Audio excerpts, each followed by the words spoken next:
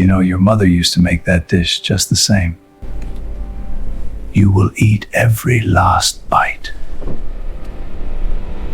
No matter what happens, you must not cry. Do you understand? Not a single tear. I had been preparing the envelopes for 6 weeks before Thanksgiving. I want you to picture this. I am a forensic accountant. I had been working in white-collar fraud investigation for almost 11 years by the time my sister stood up at our family's Thanksgiving table. The preparing of the envelopes had been the kind of work I did at my job every day, which had been the assembling of small, careful packets of documentation that would tell, in clean numerical language, a story that the people receiving the packets had not been expecting to hear. I had not assembled the envelopes for my sister. I had assembled them long before I had known what my sister was about to do. I had assembled them originally for a different purpose entirely, which had been to make a small, careful record of something I had been quietly tracking in my own family for the previous 4 years. The envelopes had been ready for almost 2 months by the time Thanksgiving had arrived. They had been sitting in the bottom drawer of the small filing cabinet in my home office, in a manila folder labeled with 2 letters and a date that nobody else in my family would have understood the meaning of. I had been carrying them with me, in a small leather portfolio, on the morning of Thanksgiving. I had not been planning, when I had put the portfolio in my car that morning, to actually use them.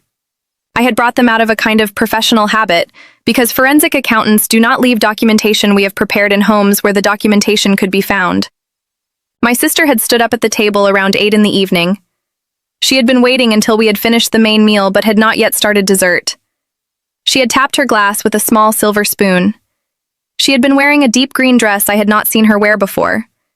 She had smiled the careful, prepared smile she had been wearing at family events for the better part of 2 decades. She had said, in a clear, ringing voice that had carried to all 10 people at the table, including my husband Dorian, including my adopted son Petros, who was 11, and who was sitting between me and my mother, including my father at the head of the table, including the 7 aunts and uncles and cousins my mother had insisted on inviting, because Thanksgiving was, in her words, a holiday for the entire extended family, and not just for the small immediate one. Everybody, I have an announcement. I am pregnant. The father is Dorian. Dorian and I are going to be raising the baby together. We have been planning this for almost a year. I want you to picture the silence in the dining room. The silence had not been the kind of silence that follows a normal shock. The silence had been the kind of silence that follows a coordinated shock, in which several people at the table had already known what was about to be said and had been holding their breath waiting to see how the rest of us would react. My mother had been one of the people who had already known. She had been holding her wine glass with both hands, the way she held things when she had been bracing for a moment she had been waiting for. My father had been another. He had been smiling already, before my sister had even tapped the glass. My Aunt Rosalba, my father's older sister, had been a third. She had been the only person at the table who had not been smiling, but she had been looking at me with an expression that had told me she had known. The people at the table who had not known had been me, my husband Dorian, who had been pale in a particular way that had told me, in the small, careful way husbands can tell their wives things in front of other people, that the news had not been news to him either, just news he had not been expecting to be delivered this way. My son Petros, my cousin Calliope, my uncle Bio, and my aunt Celine. Dorian had also been holding a wine glass. His glass had been shaking very slightly. He had set it down on the white tablecloth slowly. He had not looked at me. He had not looked at my sister. He had been looking at the small floral centerpiece my mother had insisted on putting in the middle of the table. My father had laughed. I want you to understand the laugh. My father had a particular laugh he had been using my whole life when he had wanted to say something cruel in a way that allowed him to claim later that he had been joking. The laugh had been short, dry, and theatrical. The laugh had been a setup. The setup had been so that whatever cruelty followed it could be excused as a small piece of family humor. He had laughed. Then he had said, in a voice that had carried as clearly as my sister's voice had, "Finally, a real grandchild, not your adopted little mistake." The cruelty had been directed at my son Petros, who had been 11 years old, who had been sitting 2 seats away from my father, who had heard the entire sentence, who had been adopted by me and Dorian when he had been 3, and who had been the only grandchild in our family for the previous 8 years. I want to tell you what I did in the next 45 seconds, because the 45 seconds had been a choreography I had not been planning to perform that night, but that I had been quietly capable of performing for a long time, and that, in some ways, my whole career had been preparing me to perform. I had not stood up. I had not raised my voice. I had not looked at my father. I had not looked at my sister. I had reached down to the small leather portfolio that had been on the floor next to my chair, where I had set it during the meal. I had unzipped the portfolio. I had pulled out a stack of 10 white envelopes, each of which had a name written on it in my own handwriting, in blue ballpoint pen. I had placed the stack on the table next to my dinner plate. I had picked up the first envelope. It had been addressed to my Uncle Bio. I had slid it across the table to him. He had picked it up, slowly, with the polite confusion of a man who had not been expecting to receive mail at Thanksgiving dinner. I had picked up the second envelope. It had been addressed to my Aunt Rosalba. I had slid it across to her. She had nodded at me, in the way she had been nodding at me at family events for years, and had received it without comment. I had picked up the third envelope. It had been addressed to my cousin Calliope. I had slid it to her. The fourth had gone to my Aunt Celine. The fifth had gone to my Uncle Florian, who had been my mother's younger brother. The sixth had gone to my mother's cousin Yara, who had been visiting from Greece for the holidays. The seventh had gone to my cousin Esther, who had been my Aunt Rosalba's daughter. The eighth had gone to Calliope's husband Theo, who I had been on polite terms with, but who had been a part of our family long enough to be relevant. I had been distributing the envelopes in the order I had been raised to address my relatives at family functions, which had been the order of seniority on each side of the family, alternating sides. The distribution had taken about 90 seconds. The distribution had been silent. Nobody at the table had spoken while I had been doing it because my sister had still been standing, and my father had still been smiling, and the room had been in the particular kind of suspension that happens when a room is waiting for the next thing to happen and is not sure what the next thing is going to be. The ninth envelope, I had not slid. I had stood up. I had walked around the table to where my son Petros was sitting. I had bent down and had handed him the envelope directly. His envelope had been a different envelope. It had been smaller. It had not contained what the other 9 had contained. It had contained, instead, a single folded card that had said in my handwriting, "Petros, you are about to hear some things. I want you to know that none of them have anything to do with you. You are my son. You will always be my son. We are leaving here in 20 minutes. We are going home. I love you. Mom." I had walked back to my seat. I had picked up the 10th envelope. The 10th envelope had been addressed to my mother. I had slid it to her. She had not picked it up. She had been looking at the envelope with the same expression she had been wearing while my sister had been making her announcement, which had been the expression of a woman who had been waiting for something specific, and was now realizing that the something specific was not the thing she had been waiting for. I had sat back down. I had said, in the smallest, careful voice I had been able to manage, "Everybody, please open the envelopes." I want to tell you what was in the envelopes because the contents had taken me 4 years to compile, and the compiling had been the work of my professional life turned inward. And the 4 years had not been about my husband and my sister, because I had not known about my husband and my sister, but had been about something else that had also been happening in my family, that had eventually turned out to be related, in ways I had only fully understood about 2 weeks before Thanksgiving. The envelopes had contained, for each recipient, a small packet of documents specific to that person's relationship to my family's small business. My family had owned, for the previous 36 years, a small chain of laundromats in our region of central New Jersey. The business had been called Penninger Family Laundry, after my grandfather Cornelius Penninger, who had opened the first laundromat in 1989, when my father had been in his early 20s. My father had taken over the business when my grandfather had died in 2007. The business had grown, over the years, to 7 locations. The business had also, over the same period, become the central financial vehicle of our family. Most of the extended family had been involved in some way. My Uncle Bio, who was my father's younger brother, had been a part owner since the late 1990s. My Aunt Rosalba had been a silent investor since 2003. My cousin Calliope had managed the books for the central location for the previous decade.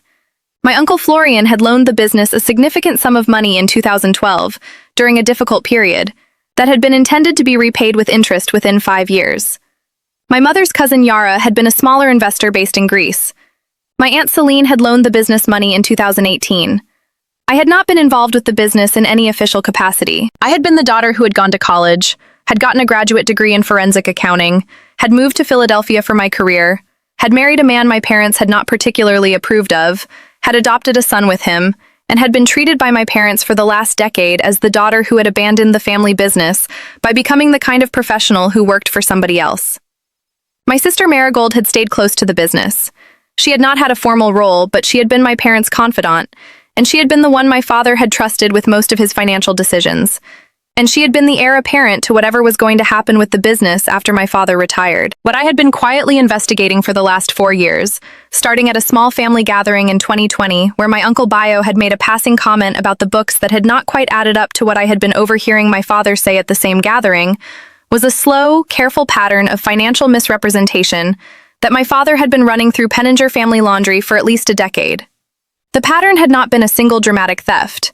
The pattern had been a series of small, careful misstatements, distributed across the books and across the years, that had cumulatively resulted in my father and my mother and, as I had discovered in the last 6 months, my sister Marigold pocketing approximately $1.4 million that had been owed to other family members across various investments, loans, and agreements they had made with the business over the years.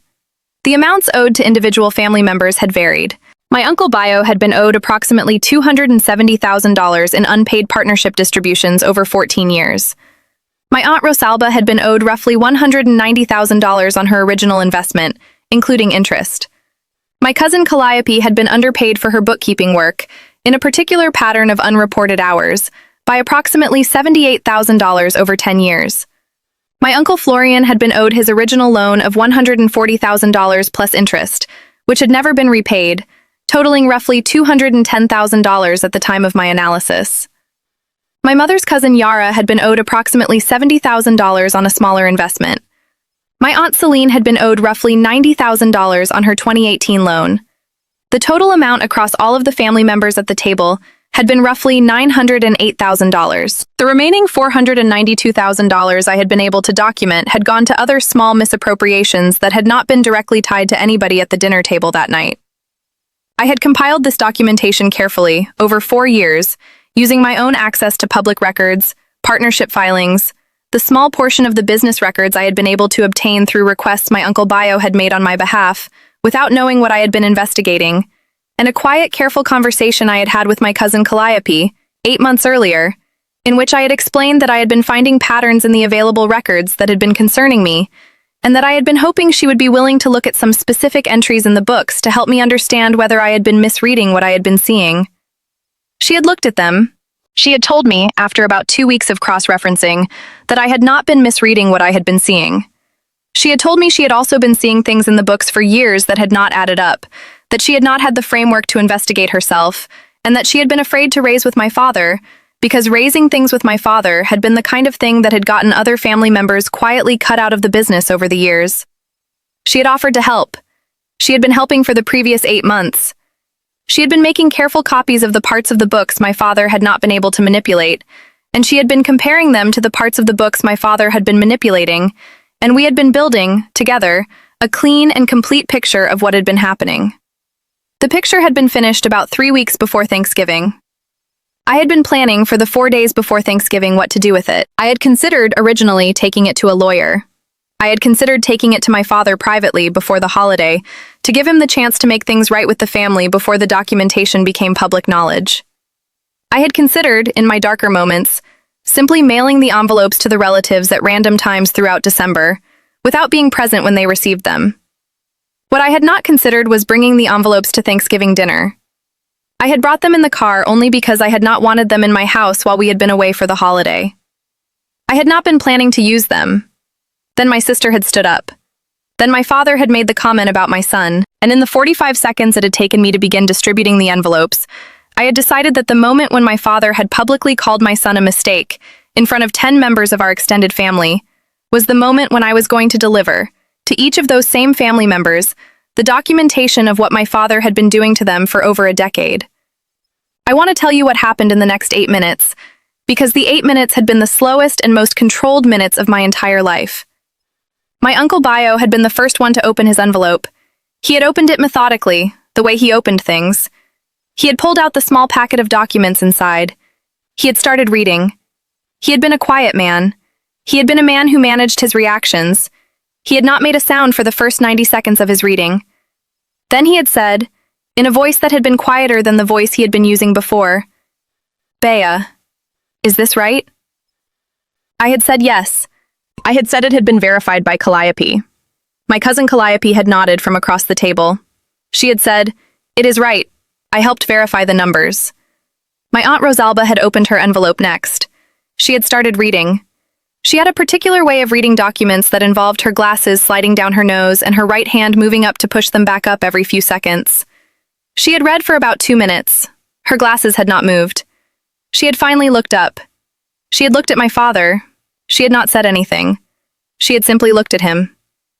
My Uncle Florian had been the third one to open his envelope. He had not made it through the first page before he had stood up. He had been 71 years old. He had not stood up quickly.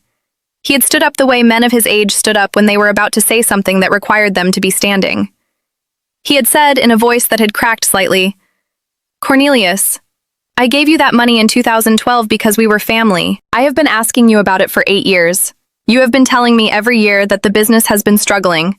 The business has not been struggling, Cornelius. The numbers in this packet show that you have been pulling more than $300,000 a year out of the business for the last decade. You have been lying to me. I trusted you." He had not raised his voice. He had said it the way you say something you have been thinking for a long time, when the thing you had been thinking has just been confirmed in writing by your niece. My father had not been smiling anymore. He had been looking at me. His face had been doing something I had not seen it do before. He had been red. He had been holding the small folded napkin he had been using during the meal in a fist that had gone white at the knuckles. He had said in a voice that had not been the voice he had been laughing in earlier, "Beatrix, what is this? What have you done?" I had said, "Dad, the envelopes contain a complete forensic accounting of every misappropriation you have made through the laundromat business over the last 12 years. The amounts are detailed by family member. The supporting documentation is referenced. The total amount you owe back to the people at this table is approximately $908,000, which I have calculated based on conservative interest rates and the original terms of each agreement. Each family member has a copy of the documentation relevant to them. Each family member can now decide what they want to do with it." My mother had started crying. Not real crying, the performative crying she had been using my whole life when she had wanted to make a confrontation about her, instead of about whoever was actually being confronted. She had said, in the small, high voice she used when she was performing distress, "Beatrix, this is Thanksgiving. How could you do this on Thanksgiving?" I had not turned to look at her. I had been looking at my father. I had said, "Mom, today was the day Marigold decided to announce her pregnancy. Today was the day Dad decided to call my son a mistake. Today was the day the family decided to use Thanksgiving for confrontation. I am not the one who set the tone for the meal. I am only the one who is finishing it." My cousin Calliope's husband Theo had opened his envelope by then. He had not been a partner in the business directly. His envelope had contained a packet of supporting documentation, including emails and texts my father had sent to my sister and my mother over the years, that I had obtained through a small data request my cousin Calliope had been authorized to make as the bookkeeper, and that had documented, in my father's own words, his awareness of what he had been doing. Theo had read the packet quickly. He had passed it to Calliope. Calliope had read it. She had not said anything. She had nodded at me, and her face had been the face of a woman who had finally, after years of being quietly used by my father, been given the documentation that proved she had not been imagining what she had been seeing. My sister Marigold had been the last person at the table to react. She had been standing the entire time. She had been holding her wine glass. She had been looking at me with an expression that had been somewhere between fury and confusion. She had finally said, in a voice that had not been the voice she had announced her pregnancy in, "Beatrix, you did not even open your envelope." I had said, "I do not have an envelope. The envelopes were not for me. I already know what is in them. The envelopes were for the people who needed to know. You were not on the list. You are not a victim of what Dad has been doing. You are a beneficiary. Your envelope has been a different conversation entirely. We will have it later, not tonight." She had set her wine glass down. She had been pale. My husband Dorian had finally looked at me. He had been the only person at the table who had not received an envelope and who had not been mentioned in the envelopes. He had been looking at me with a face I had not seen on him in 11 years of marriage. The face had been the face of a man who had just realized that the wife he had been deceiving for an unknown period of time had been deceiving him in return, by being the kind of woman who had been quietly preparing forensic accountings of her own family for 4 years, and who had not, in his 9 months of an affair with her sister, ever let him see this version of herself. I had not addressed Dorian in the dining room. I had stood up. I had walked around the table to where my son had been sitting. I had taken his hand. I had said in the small voice I used with him at home, Petros, let's go. We are going to leave now. He had stood up. He had been crying quietly, in the small way he cried when he had been overwhelmed. I had picked up his small jacket from the back of his chair. I had walked him out of the dining room. We had gotten our coats from the front closet. I had not said goodbye to anybody. I had walked him to my car. I had buckled him into the back seat. I had gotten into the driver's seat. I had driven the 43 minutes back to our small house in Philadelphia. Dorian had not come home with us. Dorian had not come home that night at all.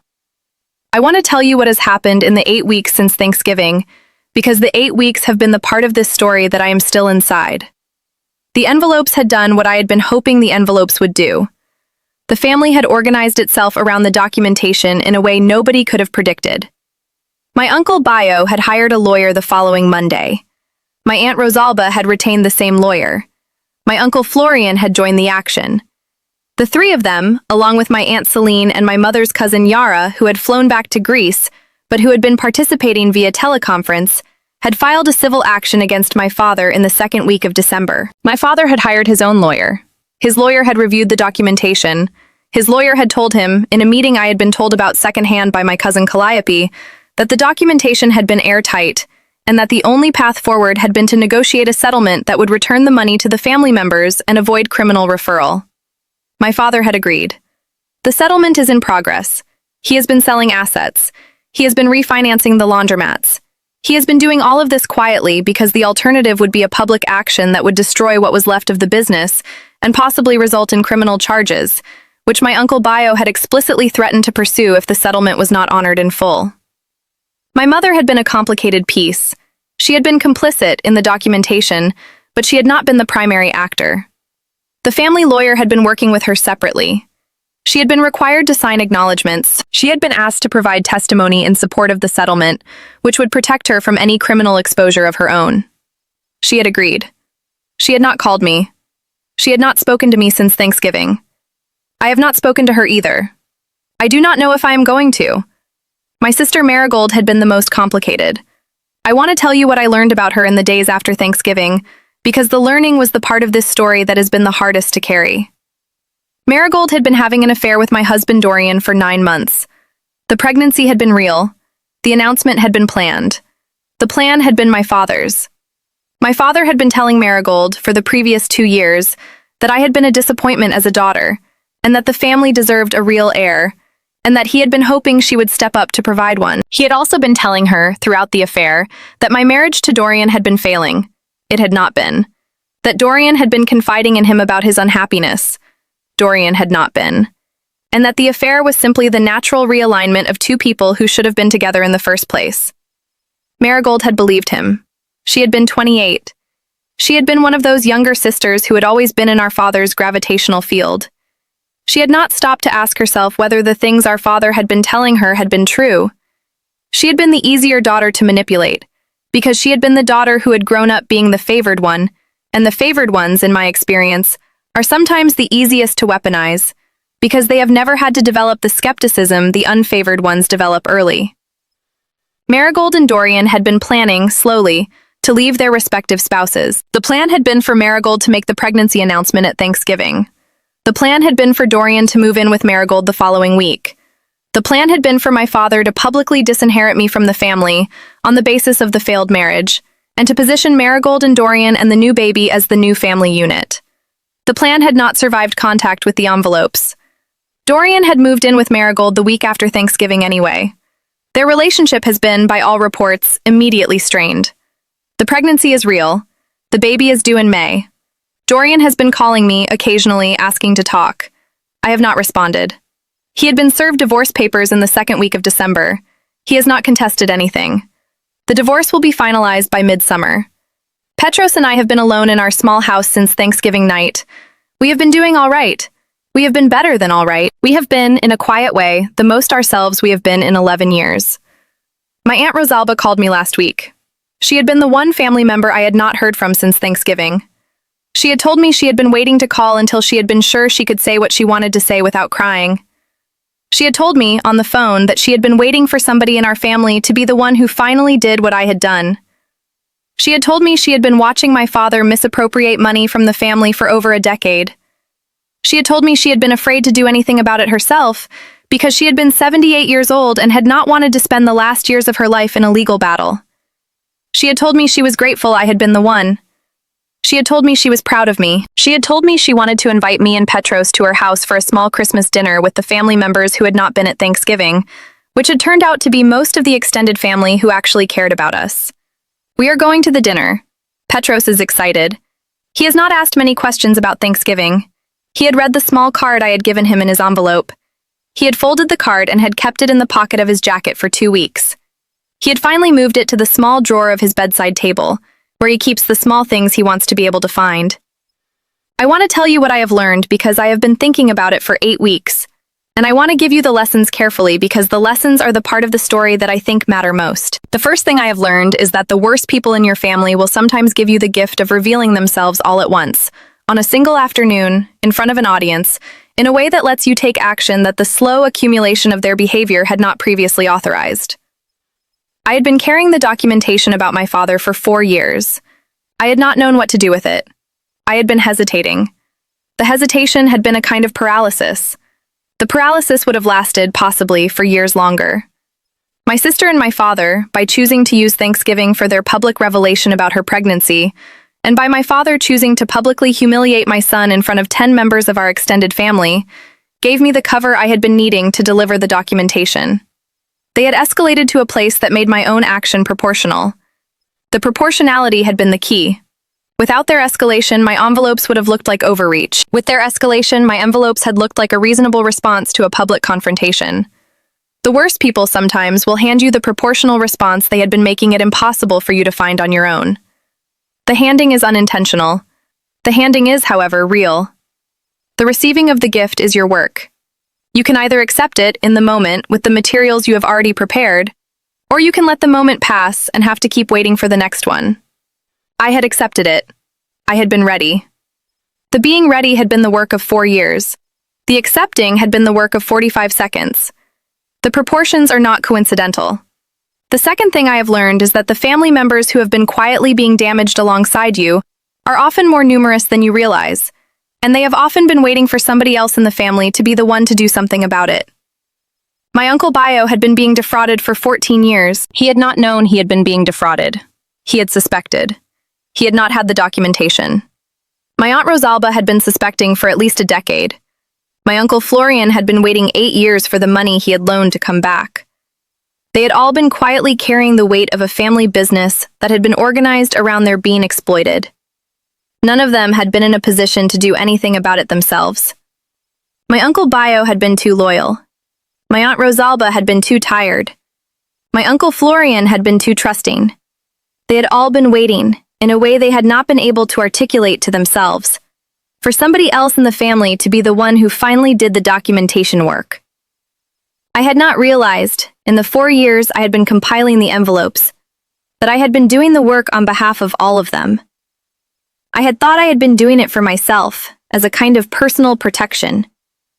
The doing had been protection for everybody. The doing had been a gift to the rest of the family that I had not understood was a gift, until I had delivered the envelopes and had seen what each person had done with their packet. If you have been quietly building documentation about somebody in your family who has been doing damage, please consider that the documentation may eventually serve more people than you. The people may be waiting for you to be ready. The waiting is not a burden you owe them. The waiting is, however, real. They are out there. They will use the documentation when you finally deliver it. The using will be the part that finally ends the pattern.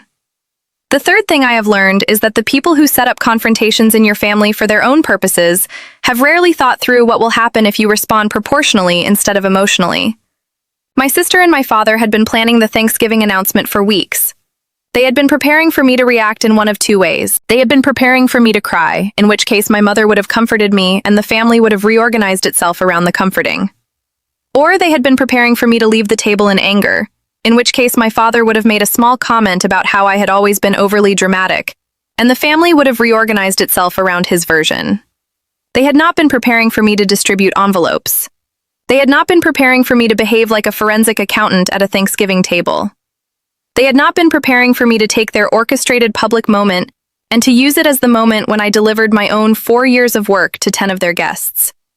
The unpreparation had been their entire vulnerability. They had been planning a small family ambush. They had not considered that I might have been planning for years something at a larger scale.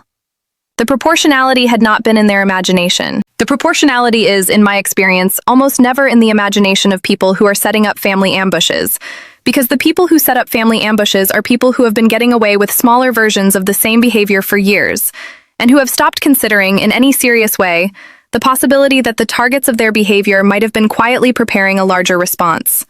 Most family ambushers are amateurs. Most quiet preparers are professionals. The proportionality is the difference. The proportionality is what you have to be willing to build, over time, if you want to ever stop being a person who is reactive in your own family. The proportionality requires patience. The proportionality requires documentation.